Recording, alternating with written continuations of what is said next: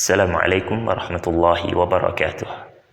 Alhamdulillahi hamdan katsiran tayyiban mubarakan fih kama yuhibbu rabbuna wa yardah. Asyhadu an la ilaha illallah wahdahu la syarika lah wa asyhadu anna Muhammadan abduhu wa rasuluh sallallahu alaihi wa ala alihi wa ashabihi wa man tabi'ahum bi ihsanin ila yaumiddin, amma ba'd. Allahumma inna nas'aluka ilman nafi'a wa rizqan tayyiba wa amalan mutaqabbala. Jamaah sekalian, saudara dan saudariku rahimani wa rahimakumullah. Kita lanjutkan kembali silsilah dari kajian rutin kita dari kitab Al-Usul Al-Thalathah karya Syekh Muhammad Ibnu Abdul Wahhab At-Tamimi An-Najdi rahimahullah. Dan ini adalah pertemuan kita yang ke-19. Semoga kajian ini diberkahi oleh Allah dan juga bermanfaat bagi kita semuanya. Maka berikutnya penulis kitab yaitu Syekh Muhammad At-Tamimi, beliau mengatakan wan nasu idza matu yub'atsun, dan manusia apabila mereka telah meninggal dunia yub'atsun, maka kelak mereka akan dibangkitkan kembali. Jemaah sekalian, perhatikanlah kalimat yang singkat ini. Kalimat yang pendek namun sangat berbobot. Dan itulah kebiasaan penulis kitab ini, yaitu Syekh Muhammad Ibnu Abdul Wahhab rahimahullah. Di antara taufik yang Allah berikan kepada beliau, di mana dakwah beliau sangat berbarokah. Kalimat-kalimatnya sangat pendek, sangat singkat, namun sangat ilmiah, sangat berbobot. Beliau katakan di sini wan nasu, dan manusia. Al di sini, kalau Anda belajar bahasa Arab, ini disebut dengan al istighraqiyah, yang bermakna mencakup seluruhnya. Maknanya adalah seluruh manusia, dari yang pertama kali sampai yang terakhir. Baik manusia yang berkulit putih maupun yang berkulit hitam, manusia yang berada di tanah Arab maupun di tanah Indonesia, seluruh manusia idza matu, apabila mereka meninggal, apabila mereka mati. Dan ini adalah keyakinan kita semuanya. Seluruh manusia pasti akan merasakan kematian. Allah berfirman, kullu nafsin dha'iqatul maut. Setiap jiwa pasti akan merasakan kematian. Dalam surat Qaf Allah mengatakan, وَجَاءَتْ سَقْرَةُ الْمَوْتِ بِالْحَقِّ ذَلِكَ مَا كُنْتَ مِنْهُ تَحِيدٌ. Dan datanglah sakaratul maut, itulah yang kalian lari darinya. Kematian yang kalian takuti, yang kalian lari darinya, pasti suatu saat akan menjumpai kalian. Ainama takunu yudrikumul maut walau kuntum fi burujim musyayyadah. Dalam ayat yang lainnya Allah mengatakan, dimanapun kalian berada, pasti kematian akan menjumpai kalian, walaupun kalian berada di benteng yang sangat kokoh, di balik benteng, di balik tembok yang sangat kokoh. Dan sebenarnya saudara dan saudariku rahimani wa rahimakumullah, keyakinan tentang adanya kematian ini adalah keyakinan seluruh manusia, bukan hanya orang Islam, orang mukmin, bahkan orang-orang kafir atau orang munafik meyakini tentang adanya kematian ini. Mereka menyaksikan di sekeliling mereka, keluarga mereka, tetangga-tetangga mereka yang meninggal dunia. Berarti mereka yakin dengan adanya kematian tersebut. Sebagaimana kita seorang mukmin yakin dengan adanya kematian tersebut. Namun yang membedakan kita dengan mereka, yang membedakan seorang yang beriman dengan Allah dengan orang-orang yang kufur dengan Allah, adalah kalimat setelahnya. Setelah kematian tersebut, yub'atsuna, maka manusia mereka akan dibangkitkan kembali oleh Allah Subhanahu wa taala. Para ulama menjelaskan Di antaranya adalah Imam Ibnul Qayyim rahimahullah, bahwa manusia ini pasti mengalami 3 fase. Fase yang pertama adalah fase di alam dunia ini, alam yang sedang kita jalani ini, alam yang saya dan Anda berada di atasnya ini. Sampai kapan alam dunia ini? Alam dunia ini sampai Allah Subhanahu wa taala wafatkan kita, dan umur umatnya Nabi Muhammad sallallahu alaihi wasallam itu amatlah pendek. Rasul sallallahu alaihi wasallam bersabda, "A'maru ummati ma baina sittina wa sab'in." Rata-rata umur usia umatku, kata Nabi sallallahu alaihi wasallam, antara 60 sampai 70-an tahun. Wa qalla man yujawizu dzalik, dan sedikit orang-orang yang usianya lebih dari 70-an tahun ini. Berarti kehidupan kita di dunia itu amatlah singkat. Itu alam yang pertama. Setelah itu akan ada alam yang kedua, yaitu alam barzakh. Alam ketika kita dikubur. Alam ketika kita meninggal dunia, kita tinggalkan harta kita, kita tinggalkan keluarga kita. Yang akan menemani kita adalah amal soleh kita. Sampai kapan alam barzakh ini? Sampai tegaknya nanti hari kiamat. Kapan hari kiamat ini? Mungkin 100 tahun, mungkin 1000 tahun, mungkin 1 juta tahun. Hanya Allah yang mengetahui, karena dia adalah ilmu gaib yang tidak ada yang mengetahui kecuali Allah Subhanahu wa taala. Ya. Alam dunia adalah alam kita beramal saleh. Sementara alam barzakh adalah alam transisi, alam peralihan yang menentukan kebahagiaan nanti pada alam yang ketiga, yaitu alam akhirat. Alam ketika kita nanti dibangkitkan untuk dimintai pertanggungjawaban dari setiap amal-amal kita. Makanya diriwayatkan bahwasanya sahabat Utsman ibnu Affan, apabila beliau berpapasan atau melewati kuburan, maka beliau menangis hatta yabulla lihyatuh, sampai jenggotnya basah karena tetesan air mata beliau.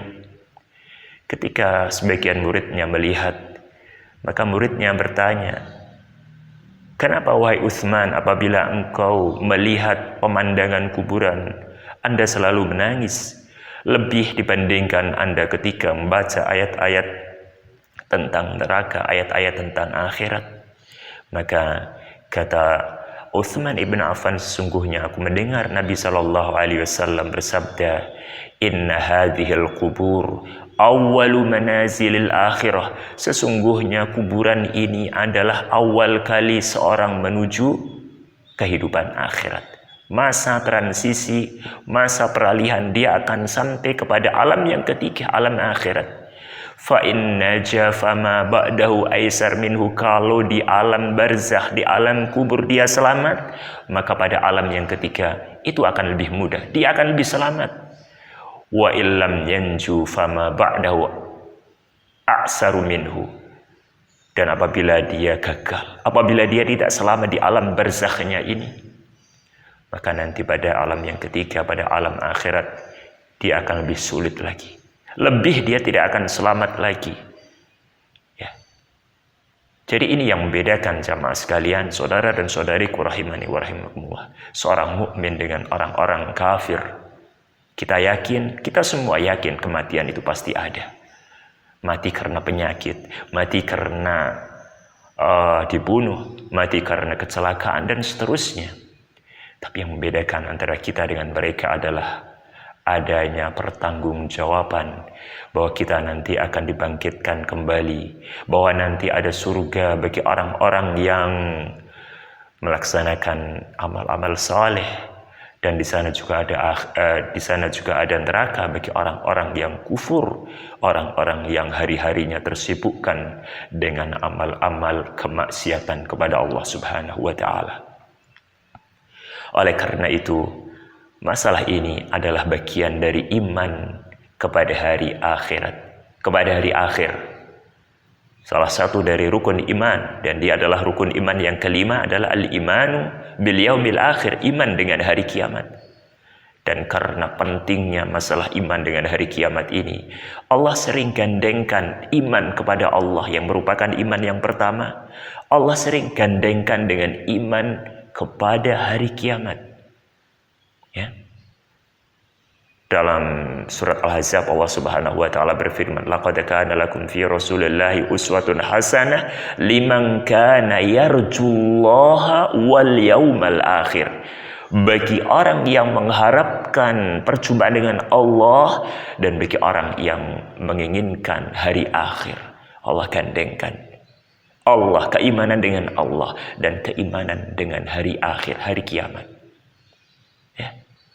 Dalam hadis-hadis yang sahih banyak, sering Nabi SAW menggandengkan juga. Man kana yu'minu billah wal yaumal akhir. Barang siapa yang mengaku iman kepada Allah dan mengaku iman kepada hari akhir. Apa faedahnya? Apa tujuannya? Kata para ulama, karena iman dengan hari akhir ini memiliki urgensi yang sangat penting, memiliki pengaruh yang sangat penting bagi kehidupan seorang yang beriman. Karena dia yakin bahwa hidup di dunia ini tidak selama-lamanya, bahwa nanti ada pertanggungjawaban pada hari kiamat. Dia akan berhati-hati melangkah, dia akan berhati-hati mencari nafkah, dia akan memilih yang Allah ridhoi, mengamalkan amal-amal soleh, dan dia tinggalkan amal-amal keburukan. Kenapa? Karena dia ingat bahwa nanti dia akan mati. Setelah mati akan ada pertanggungjawaban. Kalau amalnya di dunia baik, maka dia akan mendapatkan kebaikan. Dan kalau dia amalannya buruk, maka nanti dia pun akan merasakan keburukan tersebut. Man amila salihan fali nafsih wa man asa'a fa'alaiha. Kata Allah Subhanahu wa taala, barang siapa yang beramal soleh, dia akan mendapatkan balasannya. Dia sendiri yang akan merasakan nikmatnya tersebut. Allah akan membalasnya. Faman wajada khairan falyahmadillah, kata Allah. Barang siapa yang mendapatkan kebaikan, maka bersyukurlah, mujilah Allah. Pujilah Allah Subhanahu wa taala. Wa man wajada ghaira dzalik fala yalumanna illa nafsah. Tapi barang siapa yang dia tidak mendapatkan kebaikan nanti, balasan yang baik, jangan celah kecuali karena dirinya sendiri. Man asa'a fa 'alaiha, kata Allah tadi. Barang siapa yang berbuat keburukan, dia sendiri yang akan menanggung resikonya. Lalu musannif penulis menyebutkan dalilnya. Wa dalilu qauluhu ta'ala, dalil tentang adanya hari kebangkitan ini adalah firman Allah Subhanahu wa taala, minha khalaqnakum wa fiha nu'idukum wa minha nukhrijukum taratan ukhra. Dari tanah kami menciptakan kalian, yaitu Allah. Allah menciptakan manusia dari tanah. Wa fiha nu'idukum, dan di tanah kami kembalikan kalian. Maknanya kita akan kembali masuk ke tanah, yaitu berada di alam kubur, di alam barzakh. Wa minha nukhrijukum taratan ukhra, dan dari tanah pula kami akan mengeluarkan kalian untuk kali yang berikutnya. Ini adalah dalil yang dibawakan oleh para ulama tentang pembagian 3 fase yang tadi saya jelaskan. Fase dunia, fase alam barzakh, dan fase akhirat. Karena Allah menyebutkan di sini, dari tanah kami menciptakan kalian. Allah ciptakan sehingga berada di alam dunia. Dan ke dalam tanah kami kembalikan kalian. Ini fase yang kedua. Allah kembalikan kita ke dalam tanah. Allah masukkan ke dalam alam barzakh, ke dalam alam kubur.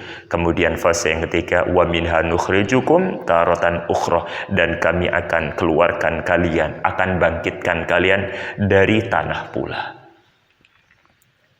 Wa qauluhu ta'ala, dan Allah Subhanahu wa ta'ala berfirman, wallahu ambatakum minal ardi nabata thumma yu'idukum fiha wa yukhrijukum ikhraja.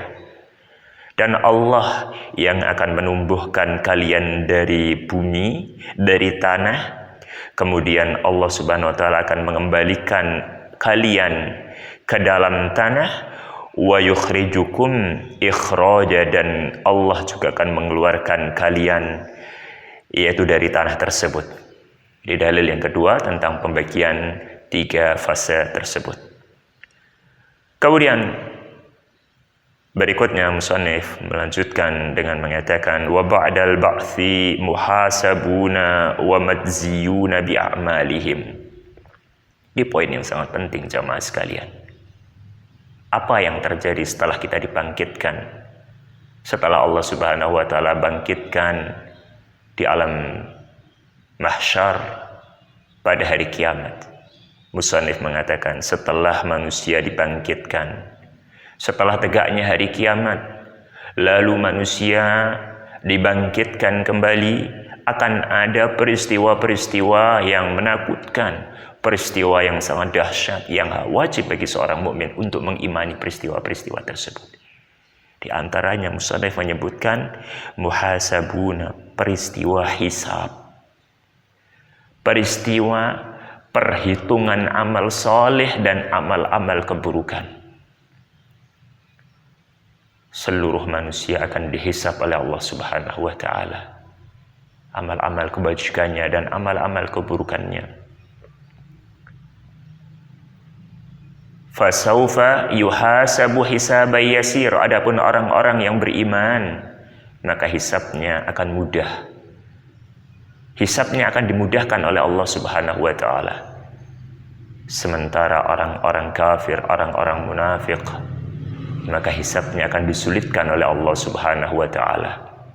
Akan didebat, akan ditanya beruntut oleh Allah Subhanahu wa taala, dan kalau hisabnya sudah sulit, sudah ditanya diruntut oleh Allah, maka itu adalah salah satu tanda dia akan diazab oleh Allah.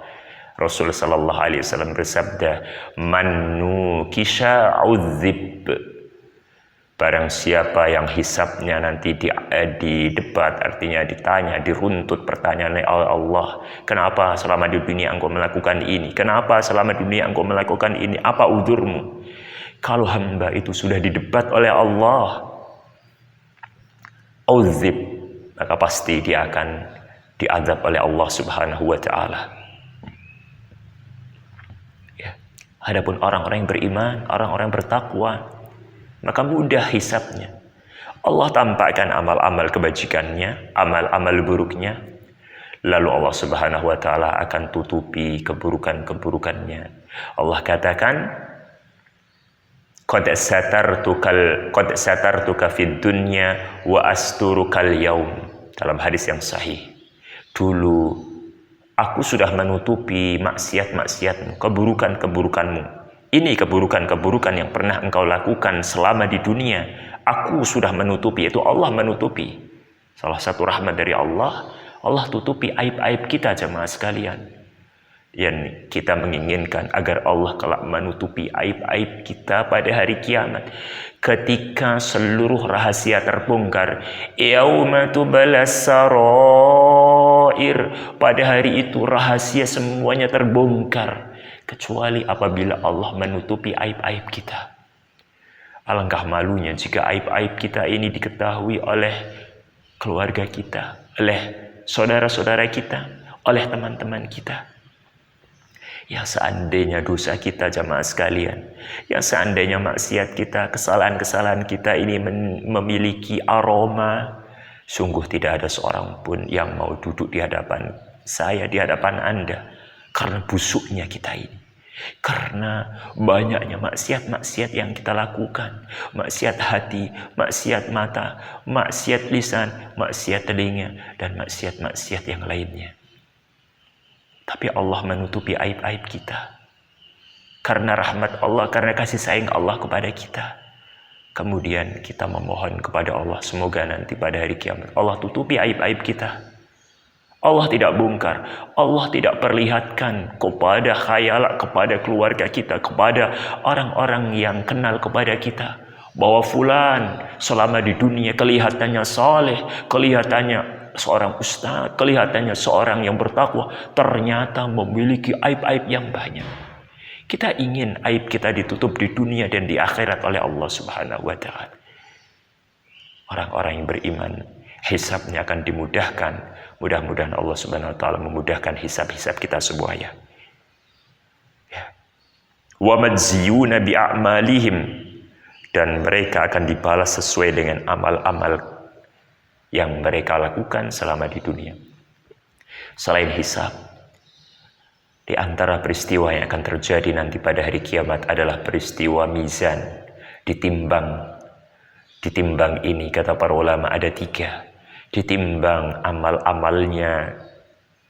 Lalu yang kedua ditimbang lembar-lembar catatannya. Dan yang ketiga ditimbang fisiknya dia, badannya dia. Ditimbang amal-amalnya. Sebagaimana yang Allah Subhanahu wa taala firmankan, "Faman thaqulat mawazinuhu faulaika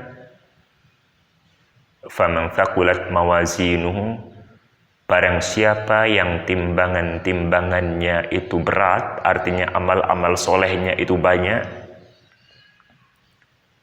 maka merekalah orang-orang yang beruntung. Ya.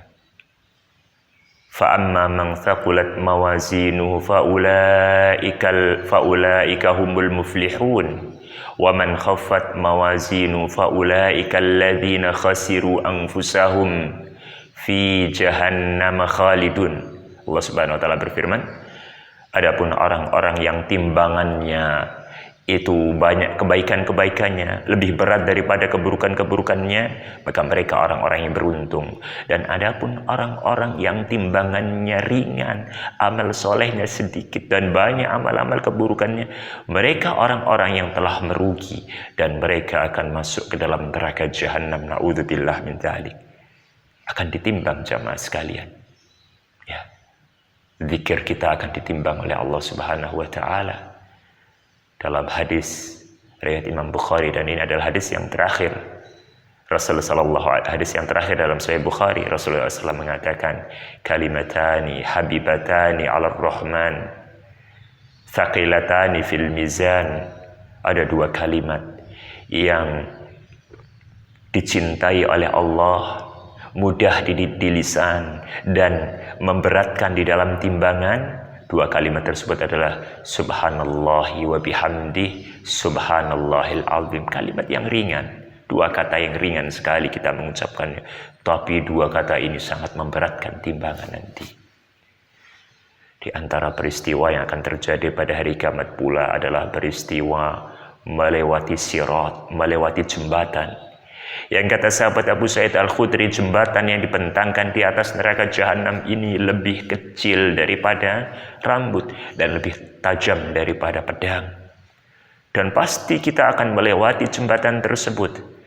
Allah dalam surat Maryam mengatakan, wa in minkum illa wariduha kana ala rabbika hatman maqdiya thumma nunajjil ladzina taqaw wa nadharu adh-dhalimina fiha jithiya.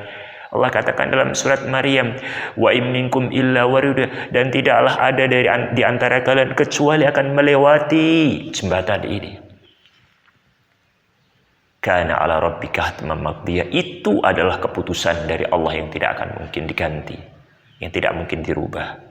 Tsumma nunajjil ladzina taqaw, kemudian kami Allah akan menyelamatkan orang-orang ittaqaw yang bertakwa kepada Allah.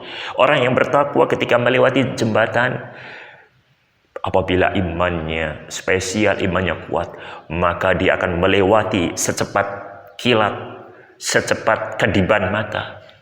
Sesuai dengan amal solehnya. Ada yang larinya seperti angin, ada yang larinya seperti kuda yang sangat kencang, ada yang merangkak, tapi Allah akan selamatkan dia. Ya. Wa nadharu adh-dhalimina fiha jithiya. Adapun orang-orang yang zalim. Siapa orang yang zalim ini? Yang zalim terbesar adalah orang-orang yang berbuat syirik kepada Allah. Karena syirik adalah kezaliman yang paling besar. La tusyrik billah innasyirka la zulmun azim. Allah katakan, Ucapannya Luqman kepada putranya, ya bunayya la tusyrik billah, wahai ananda, wahai anakku, jangan kau berbuat syirik kepada Allah. Sesungguhnya syirik adalah kezaliman yang paling besar. Allah katakan ketika orang-orang melewati sirat ini, wa nadharu dzalimin, Allah akan biarkan orang-orang yang berbuat syirik, orang yang berbuat kezaliman ini masuk, akan terpleset sehingga dia masuk ke dalam neraka jahanam. Na'udzubillah min dzalik. Peristiwa-peristiwa itu, ma'asyiral muslimin, saudara dan saudariku rahimani wa rahimakumullah, wajib untuk kita imani. Ya. Sebelum seorang itu akan sampai ke dalam alam kekekalan di surga dan di neraka. Surga bagi yang baik, amal-amal kebaikannya lebih banyak daripada amal-amal keburukannya. Dan ada juga orang-orang yang kafir, orang-orang yang munafik, atau orang-orang yang kebaikannya kalah dengan keburukan-keburukannya. Na'udzubillah min dzalik. Lalu musannif menyebutkan dalilnya.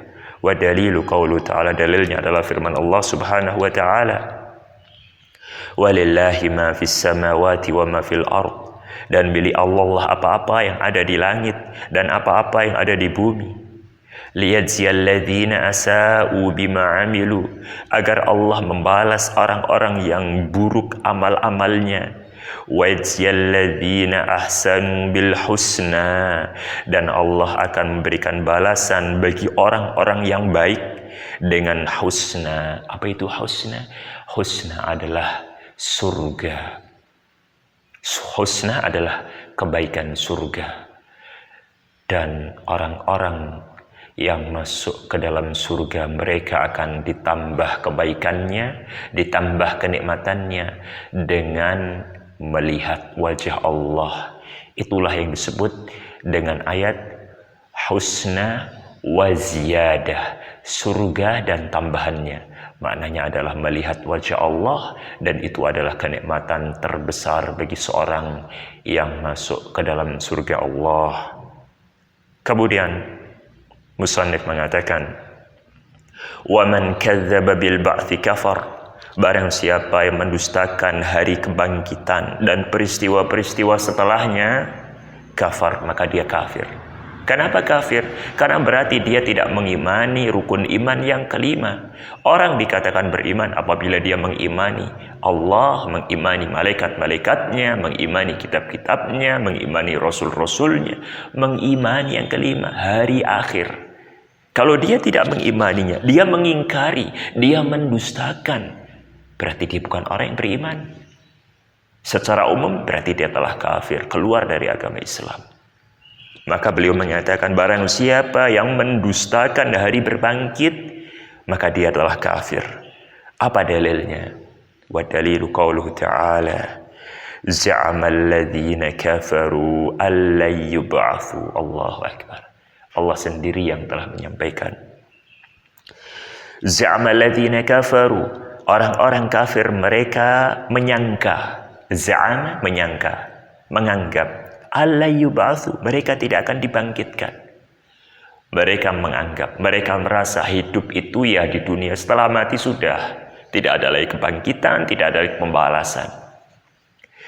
Allah sebutkan bahwa persangkaan itu hanya dari orang-orang kafir. Ini menunjukkan bahwa orang yang mengingkari hari berbangkit berarti dia telah memiliki sifat-sifat kekafiran, berarti dia kafir.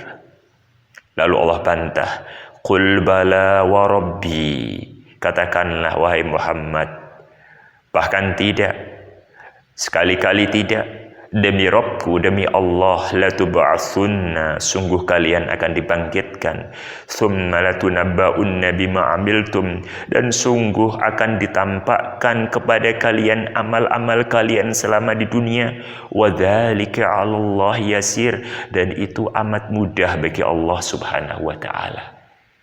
Sekali lagi, ini adalah keimanan kita.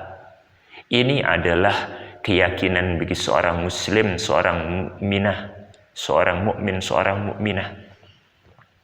Dan jangan sampai keimanan kita hanya sebatas keimanan pengetahuan saja, tapi hadirkan itu selalu di dalam hati kita. Demi Allah, Di antara ilmu yang harus ada bagi setiap muslim, bagi setiap mukmin adalah ilmu yang bisa masuk ke dalam hatinya dan merubah amal-amalnya.